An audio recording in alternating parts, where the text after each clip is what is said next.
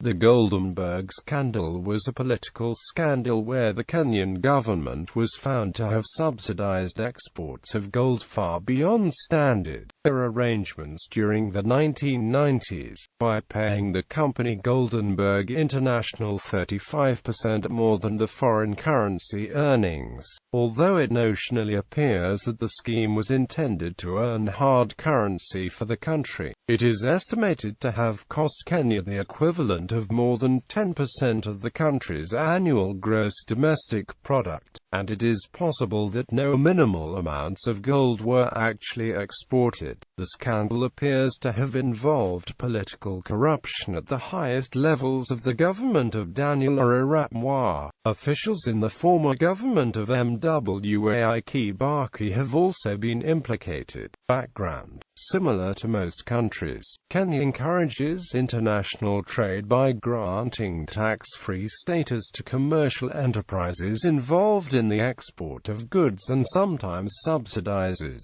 these exports. The Goldenberg Scandal was based on the fact that exporters who deposited US dollar earnings with the Kenya Central Bank received in exchange the equivalent in Kenyan shillings plus 20%. However, gold mining represented a tiny portion of Kenya's GDP, with only one operational gold mine. Goldenberg International therefore developed a scheme of smuggling gold into Kenya from Congo, so that they could legally export it at the higher export price offered by the Kenyan government. Details: the chief architect behind the scheme was a relative of the Kenyan businessman Kamlesh Patni. However, it was Patni who established Goldenberg International to implement the scheme. Almost all the politicians in the Mwai government and a considerable percentage of the Kibaki government have been accused. The judicial system also appears to have been deeply involved, with 23 of Kenya's senior judges resigning after evidence indicated their involvement. The scheme began in 1991, almost immediately after the Kenya government, following directions from the IMF, introduced measures to reform the economy and increase international trade and investment, and seems to have stopped in 1993 when it was exposed by a whistleblower, David Mwai. As a result of this, Mwai was fired from his position at the Central Bank of Kenya, and remained largely unemployed until his death in 2006. There have been two investigations on the scam, one under the Mwai government and the other under the current government. The gold, if there was any, was likely imported from Democratic Republic of the Congo.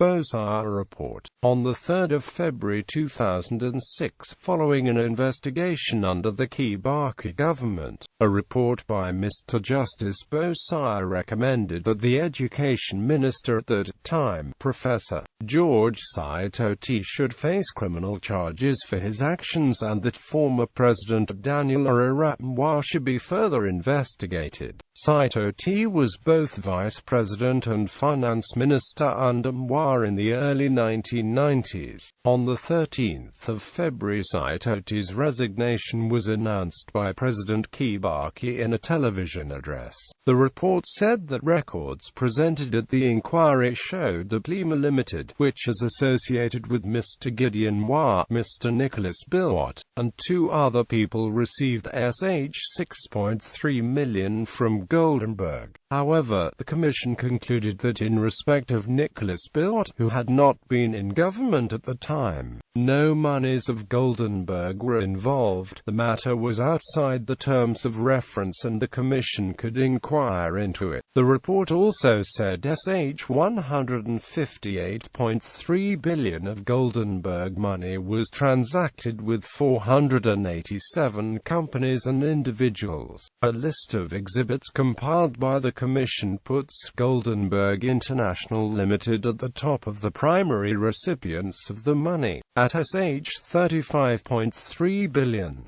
The directors of Goldenberg were named as Mr. Patni and Mr. Kanyotu. Although Mr. Kanyotu was the director of the special branch and a director of First American Bank, he described himself as a farmer in Goldenberg documents. President Mwai was named by Mr. Patney as having been a shareholder of GIL by nominee. However, President Mwai himself was never called to present evidence despite this alleged link. Cost. In response to a query by Joseph Lekouton on 16 December 2008, Orwa Oyo, the Assistant Minister for Provincial Administration and Internal Security, confirmed to Parliament that the Commission had cost the Kenya government KSHS $511,569,409.90.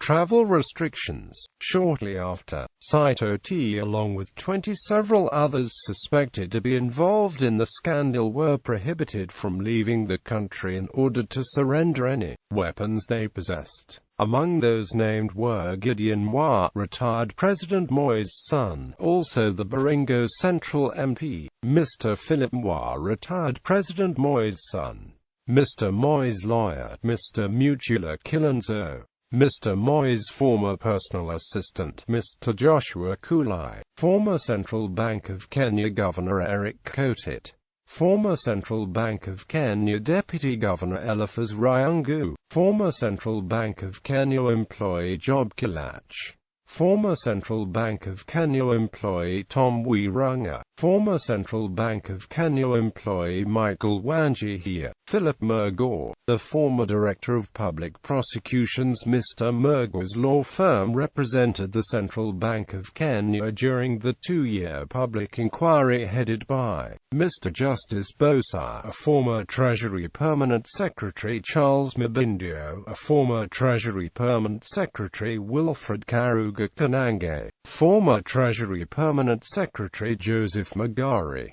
Professor George Saitoti, who resigned as Education Minister, Goldenberg architect Kamlesh Patney, Patney's business partner and former Special Branch Chief James Kanyotu, former Commissioner of Mines and Geology Collins Aweyo, Mr. Arthur Ndegwa, Senior Mining Engineer in the Commissioner of Mines Nairobi office, former Commissioner of Customs and Excise Francis Cheriot, former Kenya Commercial Bank General Manager Elijah Arap Moi. Former President Mwai himself was not listed. The Law Society of Kenya chairman Tom Ojienda criticized Police Commissioner Hussein Ali's move to seize travel documents. He described the decisions as a total violation of the law and the Constitution. Ojienda regretted that individuals had been charged, tried and convicted by the court of public opinion and the media through political statements. He commended 3 cabinet ministers who resigned to pave way for investigations into the Anglo leasing and Goldenberg scandals.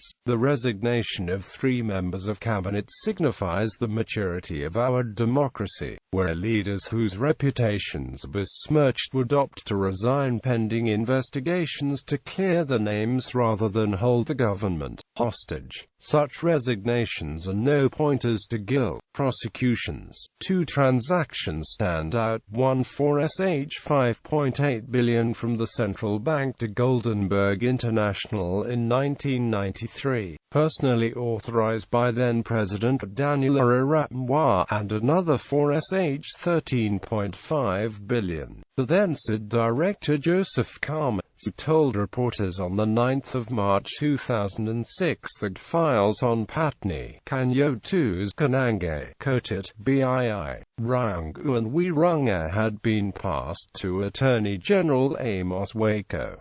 Wako has been Attorney General since 1991, when Mwai was in power. Wako is recommending that the country's Chief Justice consider overturning a previous court order exempting Mr. Saitoti from prosecution. All except Wirunga are to be charged.